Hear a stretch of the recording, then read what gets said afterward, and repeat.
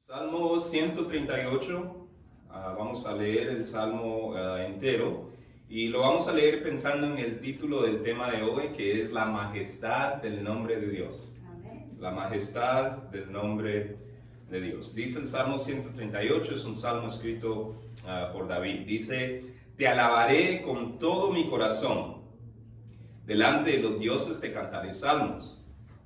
Me postraré hacia tu santo templo y alabaré tu nombre por tu misericordia y tu fidelidad. Porque has engrandecido tu nombre y tu palabra sobre todas las cosas. El día que clamé me respondiste. Me fortaleciste con vigor en el alma. Te alabarán, oh Jehová, todos los reyes de la tierra, porque han oído los dichos de tu boca. Y cantarán de los caminos de Jehová, porque la gloria de Jehová es grande. Porque Jehová es excelso y atiende al humilde, mas al altivo mira de lejos. Si anduviere yo en medio de la angustia, tú me vivificarás. Contra la ira de mis enemigos extenderás tu mano y me salvará tu diestra.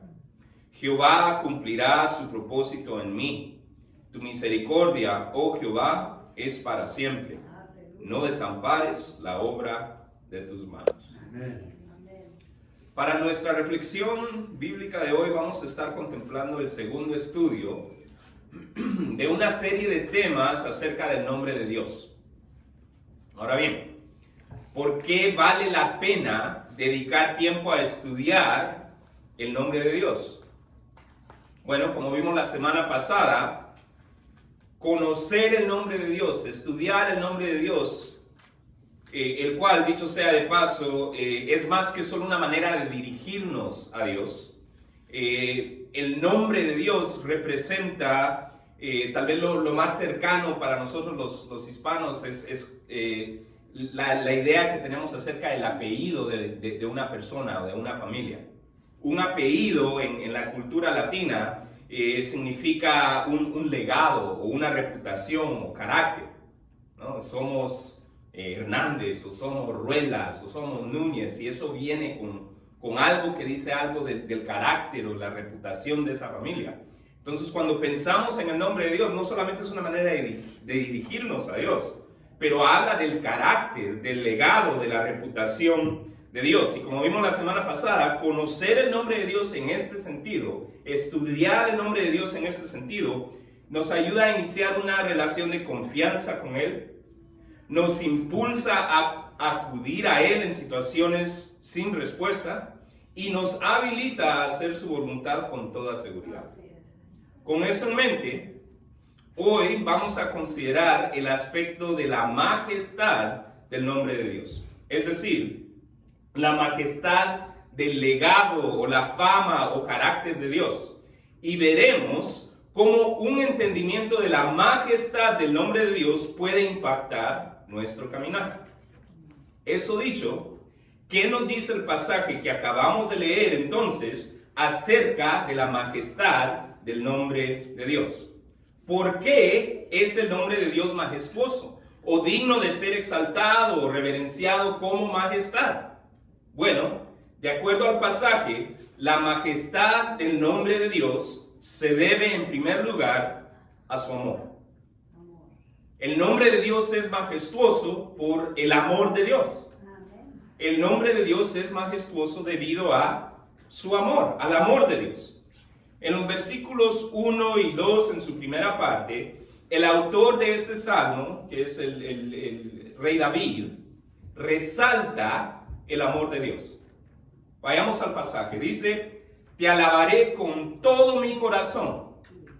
Delante de los dioses te cantaré salmos. Que dicho sea de paso, ven ahí dioses con D minúscula. Lo que David está explicando ahí es que delante de los dioses o la palabra son ídolos, pero la palabra en inglés es a pantheon, es decir, la colección de dioses paganos. Entonces, es como una afrenta o una confrontación, diciendo: yo voy a adorar al Dios verdadero. frente a una cultura o sociedad que tiene sus ídolos, yo voy a adorar al Dios verdadero con todo mi corazón. Entonces, eso es lo que está diciendo el salmista. Dice, te alabaré con todo mi corazón, delante de los dioses te cantaré salmos, me postraré hacia tu santo templo y alabaré, ¿qué dice? Y alabaré tu nombre por tu misericordia y tu fidelidad, porque has engrandecido tu nombre y tu palabra sobre todas las cosas. Ahora, creo que muchos de nosotros, tal vez al leer este salmo o estos versos, podemos ser impactados por las acciones del salmista, y con buena razón. ¿Qué acciones está tomando el salmista? ¿A qué me refiero? Miremos los verbos o las palabras que indican acción de parte del salmista en lo que acabamos de leer. Encontramos el primer verbo en la segunda palabra. Dice, te alabaré. Vemos alabanza de parte del salmista. Te alabaré con todo mi corazón, delante de los dioses te cantaré. Vemos alabanza, vemos cántico. Te cantaré salmos. Dice, me postraré hacia tu santo templo y otra vez alabaré tu nombre por tu misericordia y tu fidelidad. En estos versos vemos al salmista alabando, cantando y postrándose. Ahora bien, ¿le parecen buenas estas acciones? ¿Son acciones dignas de ser imitadas? Alabar a Dios, cantarle a Dios, postrarse ante Dios. Claro, claro que sí. Son acciones de alguien devoto, de alguien que tiene devoción para con Dios. Ahora, debido a esta razón, creo que si leemos esto, tal vez corremos el riesgo de ver las acciones del salmista simplemente como un patrón o un modelo a imitar. Y sí lo son un patrón y un modelo a imitar. Yo no niego eso. Pero si lo hacemos únicamente de esa manera, podemos perder de vista que estos versos nos muestran que la iniciativa, la fuente que hace que brote del salmista la alabanza, los cantos y la actitud de postrarse es la majestad de Dios debido a su amor. Es la majestad de Dios demostrada por su amor. El salmista está respondiendo a la majestad de Dios. Esto no está brotando del salmista solo porque él es una persona buena. Está brotando del salmista en respuesta a la majestad de Dios demostrada en su amor. En otras palabras, el salmista no toma estas acciones devotas simplemente por ser un good guy, simplemente por ser un bueno, lo cual la Biblia nos enseña que no existe. No existe. La carta de Pablo a los romanos dice, no hay justo ni siquiera uno. Y Pablo escribe eso en el Nuevo Testamento, citando algo del Antiguo Testamento. Es decir, la Biblia nos enseña que la justicia no sale de nosotros. Respondemos nosotros a la justicia de Dios, al amor de Dios, y eso es lo que nos justifica. El salmista alaba, canta, se postra, debido a lo que vemos en el versículo 2. Dice, me postraré hacia tu templo y alabaré tu nombre, y aquí nos dice la razón, léala conmigo. Por tu misericordia y tu fidelidad. El salmista está respondiendo a la misericordia y fidelidad de Dios. Así es. Es decir, no está brotando de algo que nace de él porque él es bueno, está brotando como una respuesta a la fidelidad y misericordia de Dios. Ahora bien, ¿cómo refleja esta frase, fidelidad y misericordia? ¿Cómo refleja todo esto la majestad de Dios debido a su amor? Bueno, en cuanto a la majestad de Dios, la vemos reflejada con la actitud de postrarse. El postrarse era una acción común para reconocer la majestad o autoridad de alguien en ese entonces. Y aún ahora se ve en los países que practican tener realeza, es decir, un rey, una reina, como Inglaterra, por ejemplo. Cuando alguien se presenta ante la realeza, es una actitud de postrarse. Entonces, esa es una actitud bastante común para demostrar que alguien tiene majestad, que alguien es realeza. ¿Me explico? Entonces el solo hecho de que el salmista esté diciendo me postro ante Dios, está comunicando que Dios tiene majestad. Entonces, ¿por qué se está postrando el salmista? Dice, por tu misericordia y tu fidelidad. Frase que nos habla del amor de Dios. Ahora, ¿por qué digo esto? Lo digo porque la frase que en nuestra Biblia está traducida, tu misericordia y tu fidelidad, viene de una palabra hebrea, que significa un amor profundo y que encuentra diferentes traducciones a lo largo de una Biblia y a lo largo, por supuesto, de diferentes traducciones de la Biblia. Le voy a leer algunas de las maneras en las que la Biblia Reina Valera, muchos de ustedes tienen, y otras Biblias traducen esa palabra hebrea que aquí vemos con la frase tu misericordia y tu fidelidad. ¿Están listos? Les voy a leer una lista de palabras que se utilizan para traducir esta palabra en hebreo. La primera es amor. Amor. Gran amor. Amor inagotable. Lealtad. Devoción. Fidelidad. Misericordia. Bondad y bondad inagotable. Todas estas palabras son las que utiliza esta Biblia que usted tiene y otras traducciones de la Biblia para traducir esa misma frase que aquí vemos traducida como misericordia y fidelidad. Entonces, ¿qué nos está comunicando la frase misericordia y fidelidad? Lo que encontramos en la frase tu misericordia y tu fidelidad es un amor profundo, es un amor devoto, es un amor fiel hacia los suyos, no porque ellos sean fieles, sino porque Dios es fiel. Lo cual para el salmista hace del nombre de Dios majestuoso, un nombre digno de alabanza, de cantos y de reverencia al postrarse.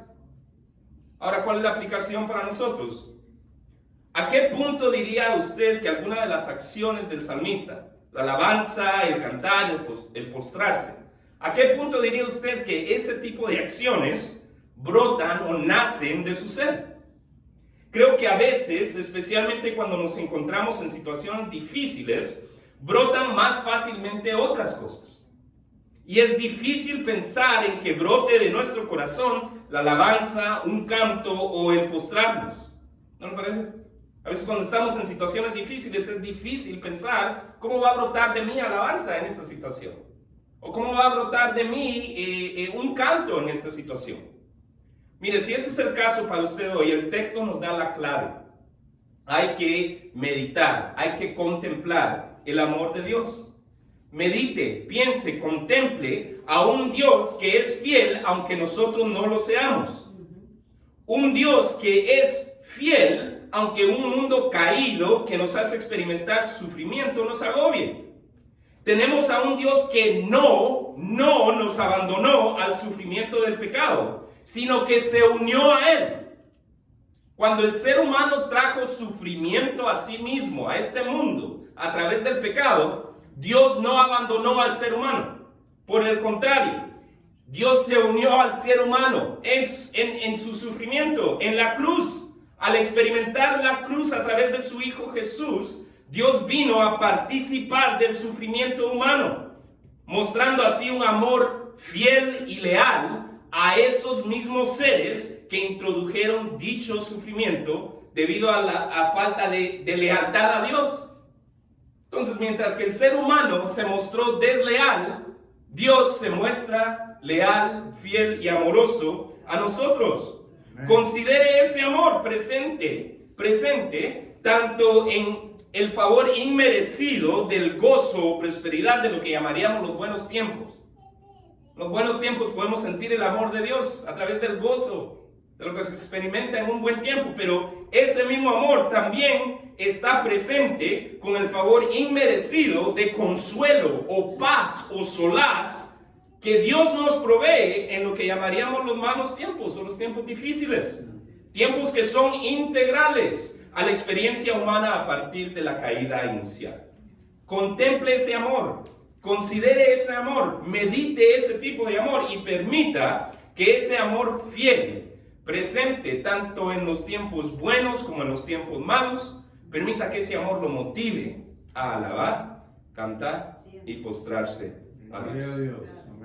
Ahora, en segundo lugar, este pasaje nos muestra que la majestad del nombre de Dios no solamente se debe a su amor, pero también se debe a su verdad. La majestad del nombre de Dios se debe a su verdad, a que Él es verdad, Él es verdadero, Él es fiel, Él es leal.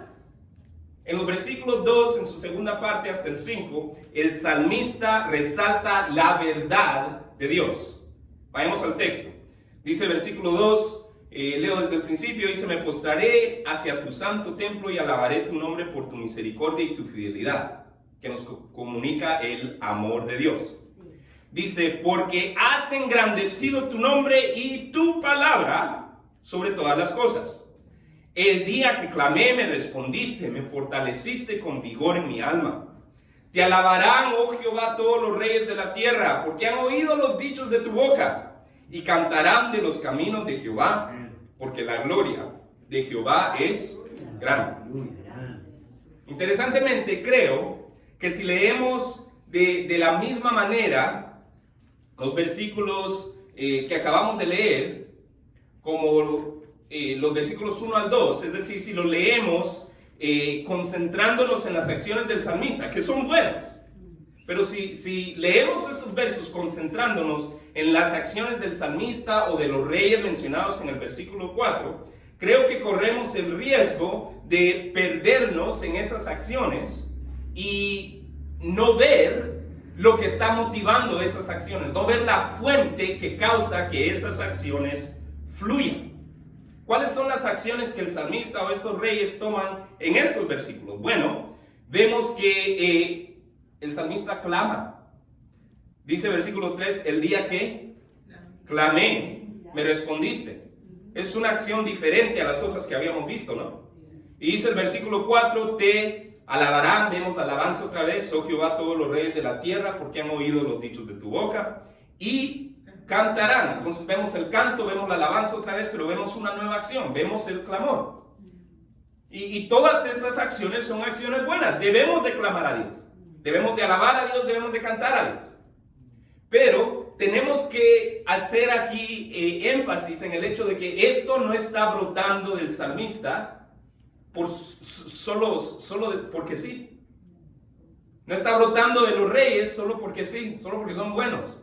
Ellos están respondiendo a la majestad de Dios. En otras palabras, el salmista y los reyes mencionados en el versículo 4 no están clamando, alabando o cantando porque simple y sencillamente sean buena gente. El salmista y los reyes descritos en el versículo 4 claman, alaban y cantan ¿debido a qué? ¿Debido a qué? Veamos el texto. Dice: te alabarán, oh Jehová, todos los reyes de la tierra. ¿Por qué? Porque han oído los dichos de tu boca. Dice: y cantarán de los caminos de Jehová, porque la gloria de Jehová es grande. Y también nos dice en el versículo 2, en su segunda parte, dice: porque has engrandecido tu nombre y tu ¿qué? Palabra sobre todas las cosas. Por eso dice: el día que clamé me respondiste, me fortaleciste con vigor en el alma.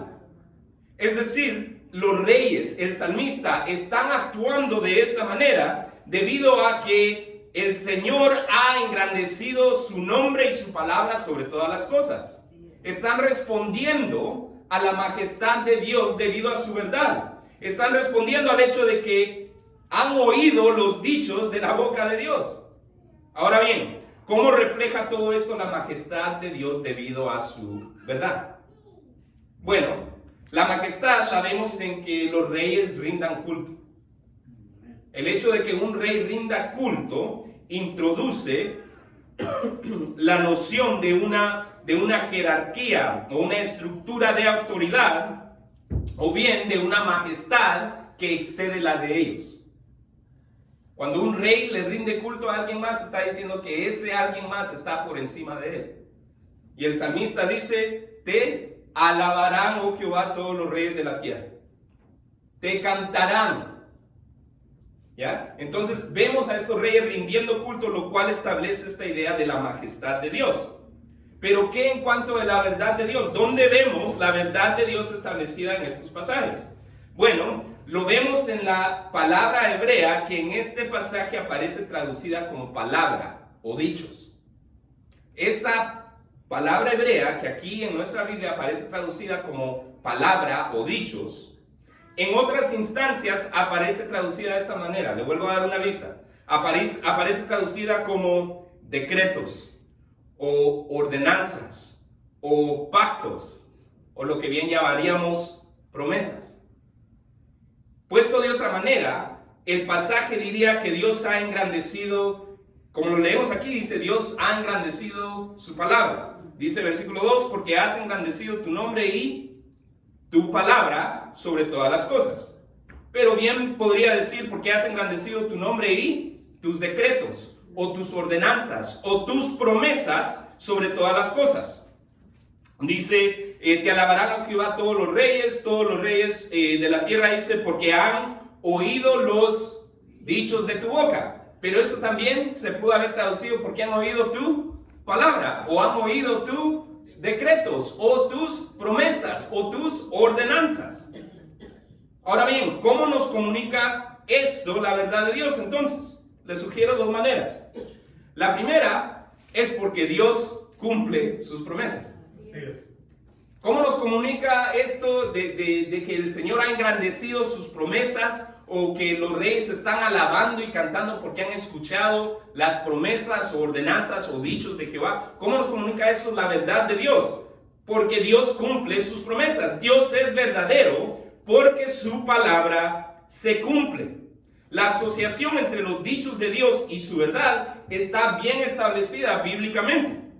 Le cito un pasaje para darle ahí un lugar donde anclarse.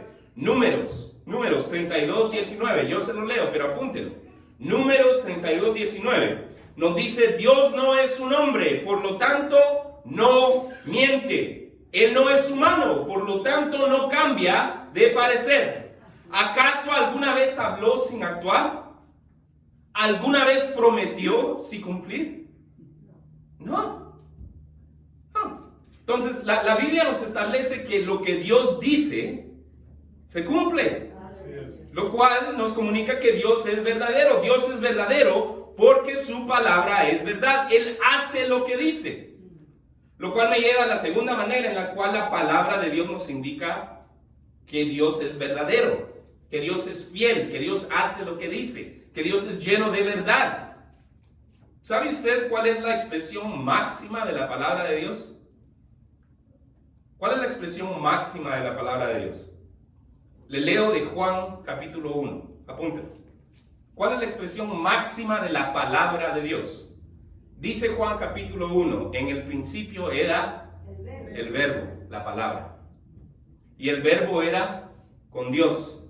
Y el verbo era Dios. Este era en el principio con Dios. Todas las cosas por Él fueron hechas, y sin Él nada de lo que ha sido hecho fue hecho. Y aquel verbo, aquella palabra, fue hecho carne y habitó entre nosotros, y vimos su gloria. Gloria como del unigénito del Padre, lleno de gracia y verdad. ¿Cuál es la expresión máxima de la palabra de Dios? El verbo encarnado, Jesús. ¿Es Jesús? Es Jesús. ¿Y qué nos dijo Jesús acerca de sí mismo? ¿Qué nos dijo Jesús acerca de sí mismo? Le leo de Juan 14:6. Apúntelo, pero creo que varios de ustedes ya lo tienen memorizado también. ¿Qué nos dice Jesús? El verbo hecho carne, la palabra de Dios hecho carne. ¿Qué nos dice Jesús de sí mismo? Jesús dijo, yo soy el camino, la verdad y la vida. Nadie viene al Padre sino por mí. Vemos pues entonces que la palabra, las promesas, los decretos, los pactos, las ordenanzas de Dios, el verbo, nos indica la verdad de Dios.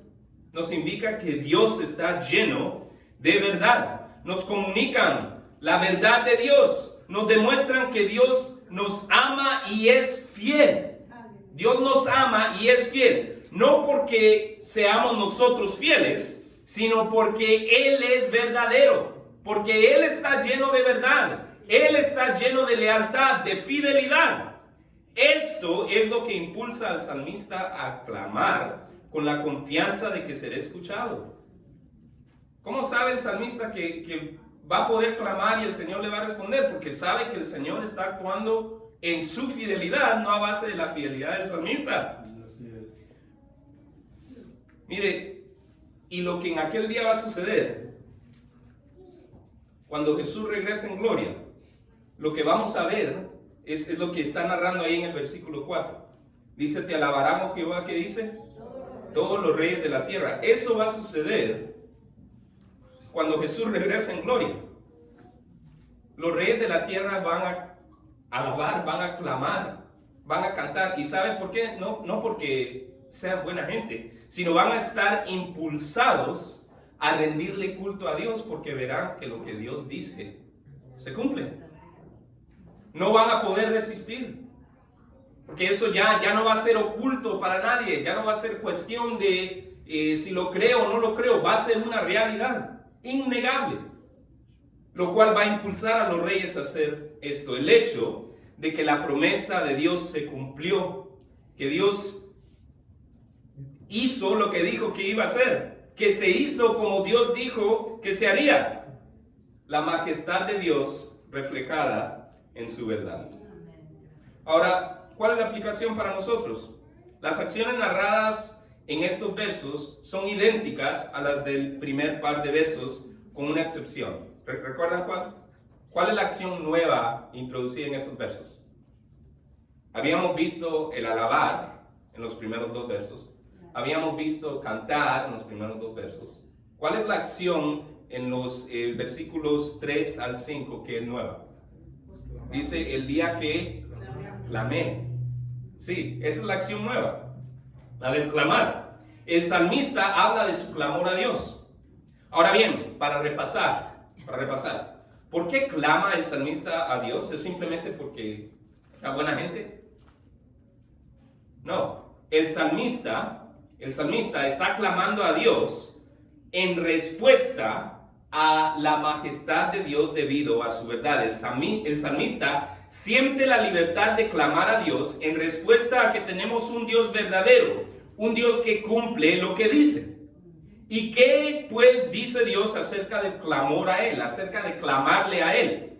Bueno, hay muchas cosas alentadoras, pero hoy les leo una de Jeremías 33:3, que tal vez usted también la sabe de memoria. ¿Sabe lo que dice Dios acerca del clamor a Él? Él dice, clama a mí y yo te responderé y te enseñaré cosas grandes y maravillosas que tú no conoces. Entonces, ¿cuál es la aplicación para nosotros? ¿Se ha sentido indigno de clamar a Dios? ¿Se ha sentido, wow, no puedo clamar a Dios en eso? ¿Cómo una persona como yo va a clamar a Dios? Mire, no está equivocado. Todos somos indignos de clamar a Dios. Por lo cual le digo hoy que tome aliento, porque clamamos a Dios no por nuestros méritos, sino debido a los suyos. Clamamos a Dios porque Él es fiel, porque Él es leal. Dios hace lo que dice, no porque nosotros seamos verdaderos o confiables o fieles, sino porque Él lo es. Clamemos a Dios y esperemos su respuesta con manos, corazones, mentes y espíritus abiertos, confiando que sea como Él traiga resolución a la situación por la cual estamos clamando. Su obrar nos mostrará cosas maravillosas acerca de Él, cosas maravillosas acerca de su amor de Él para con nosotros, que de otro modo nunca podríamos comprender. Y eso es a veces lo que el mundo no entiende acerca del sufrimiento, y lo que el cristiano debe entender acerca del sufrimiento. Hay cosas que no se pueden aprender acerca de Dios o acerca de su amor a nosotros, a menos de que experimentemos el sufrimiento. Considere las situaciones difíciles que usted ha atravesado en su caminar cristiano. ¿Qué le ha enseñado eso acerca del amor de Dios para con usted? ¿Qué le ha enseñado eso acerca de quién Dios es para con usted? Y piense si hubiera visto otra manera de aprender esas cosas. El Señor, en su soberanía, nos muestra cosas maravillosas acerca de Él y acerca de su amor para nosotros, que de otra manera nunca podríamos haber entendido o aprendido. Y a veces eso sucede en medio del sufrimiento. En tercero y último lugar, este pasaje nos muestra que la majestad del nombre de Dios se debe no solo a su amor, no solo a su verdad, que nos da la libertad de clamarle a Él, pero se debe a su trato con el humilde. La majestad de Dios se debe no solamente a su amor, no solamente a su verdad, pero a la manera en la que Él trata al humilde. En los versículos 6 al 8 el salmista resalta la manera encarecida, cariñosa, con la que Dios trata al humilde. Leamos el texto, dice versículo 6, porque Jehová es excelso, majestuoso. Cuando lee esa palabra excelso, es un sinónimo de majestuoso, elevado, alto. El Señor dice, Jehová es excelso, pero ¿qué hace? Atiende al humilde, mas al altivo mira de lejos.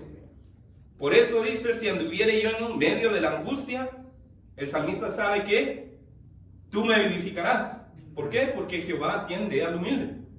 Contra la ira de mis enemigos extenderás tu mano y me salvará tu diestra. ¿Cómo estaba el salmista seguro? Porque el salmista reconocía la majestad de Dios manifestada en su trato con el humilde.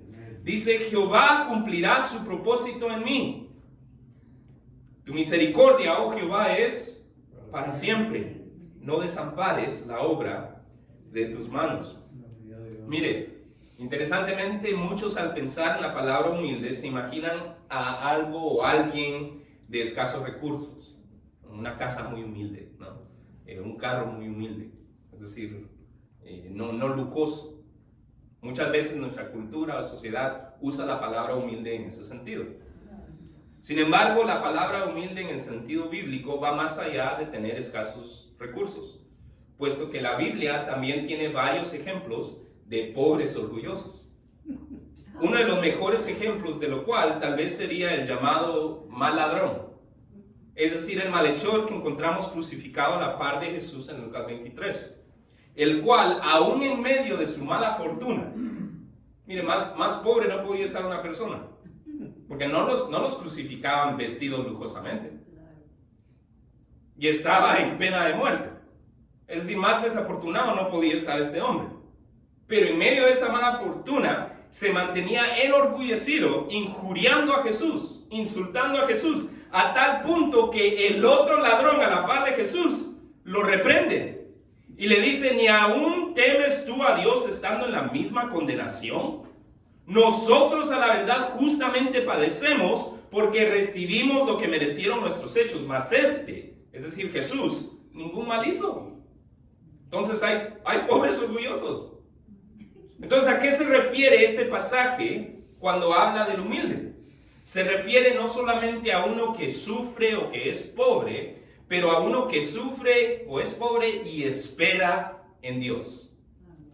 No solo al que sufre, sino al que sufre y espera en Dios. ¿Y qué nos dice el salmista acerca del trato de Dios con dicha persona? Con una persona que en medio de su sufrimiento espera en Dios.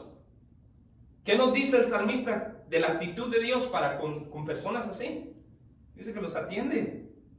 Dicen, porque Jehová es excelso y atiende al humilde. ¿Qué más nos dice? Dice, si anduviera yo en medio de angustia, tú me vivificarás. Lo atiende, lo vivifica. Contra la ira de mis enemigos extenderás tu mano y me salvará tu diestra. Lo atiende, lo vivifica, lo salva. Dice, Jehová cumplirá su propósito en mí. Cumple su propósito en este tipo de personas.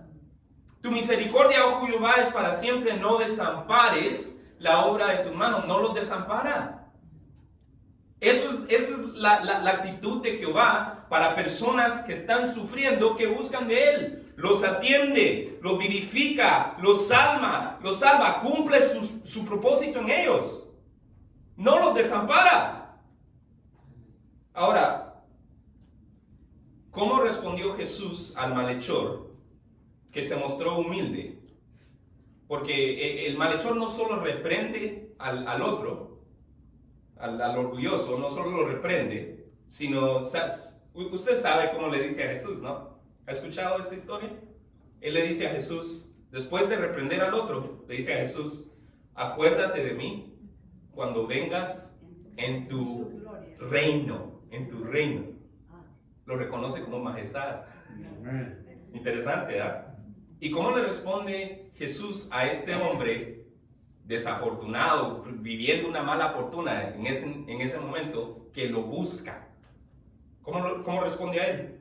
Jesús le dice, de cierto te digo, que hoy estarás conmigo en el paraíso. Es decir, lo atendió, no lo ignoró, lo atendió, lo vivificó de la manera más gloriosa. Porque dice, hoy estarás conmigo en el paraíso, la vida eterna. Lo salvó, cumplió sus propósitos en él, le mostró misericordia, no lo desamparó. Ahora, ¿sabe qué le dijo Jesús al ladrón orgulloso? Tiene razón. Lucas, que narra este evento, no dejó nada escrito acerca de la respuesta de Jesús al ladrón orgulloso. ¿Sabe por qué? Porque así como Dios atiende al humilde, y al que sufre y espera en Dios, este mismo pasaje nos dice que Jehová, que es excelso, dice al altivo, mira de lejos. Mira de lejos. De lejitos. Alguien que no busca a Dios en el sufrimiento, que se enorgullece, lo mira de lejos. Pero al dirigir nuestra vista a Jesús, dice, nos atiende. Qué contraste tan profundo, ¿no? Ahora, ¿cuál es la aplicación para nosotros? ¿Cómo está hoy? ¿Cómo estamos hoy? ¿Nos encontraremos en alguna situación particularmente difícil? Mire, el hecho de estar en una situación difícil en sí no define la humildad. Solo el solo hecho de estar en una situación difícil o mala o de sufrimiento, eso no significa que una persona sea humilde. La humildad se define por la manera en que reaccionamos en esa situación. Ahora bien, ¿cómo reaccionó el salmista? Reaccionó esperando en Dios en su angustia. Es lo que vemos en el versículo 7. Dice, si anduviere yo en medio de la angustia, ¿qué dice? Tú me vivificarás, es decir, espera en Dios. Contra la ira de mis enemigos extenderás tu mano y me salvará tu diestra. Jehová cumplirá su propósito en mí, tu misericordia, oh Jehová, es para siempre, no desampares la obra de tus manos. ¿Y qué hizo que el salmista reaccionara así? ¿Qué hizo que el salmista pudiera esperar en Dios? ¿Es solo porque es una buena persona? No. Si ha venido prestando atención a lo largo del tema, sabrá que más que por ser bueno, el salmista estaba reaccionando en respuesta a la majestad de Dios, y particularmente a la majestad de Dios manifestada en su trato al humilde. ¿Cómo podía el salmista decir, voy a esperar en Dios en medio de esta situación difícil? Porque estaba respondiendo a lo que él sabía que Dios hace con el que espera en él durante una situación difícil. En otras palabras, el salmista buscó a Dios en su angustia debido a la manera en que Dios responde al angustiado que lo busca, es decir, al humilde, atendiéndolo, salvándolo, cumpliendo en él su propósito, mostrándole misericordia y no desamparándolo. Entonces, ¿cuál es la aplicación para nosotros? Vuelvo a la pregunta, ¿se encuentra hoy en una situación difícil? ¿Puede reaccionar como nos enseña la cultura y la sociedad actual? ¿Puede reaccionar con autosuficiencia? Con tratar de responder a la situación con su propio entendimiento. Tratar de racionalizar la situación con su propio entendimiento. Tratar de solucionar eso con su propio entendimiento. O que dicho sea de paso no es nada más que orgullo, o lo puede hacer como nos lo sugiere el pasaje, puede buscar a Dios.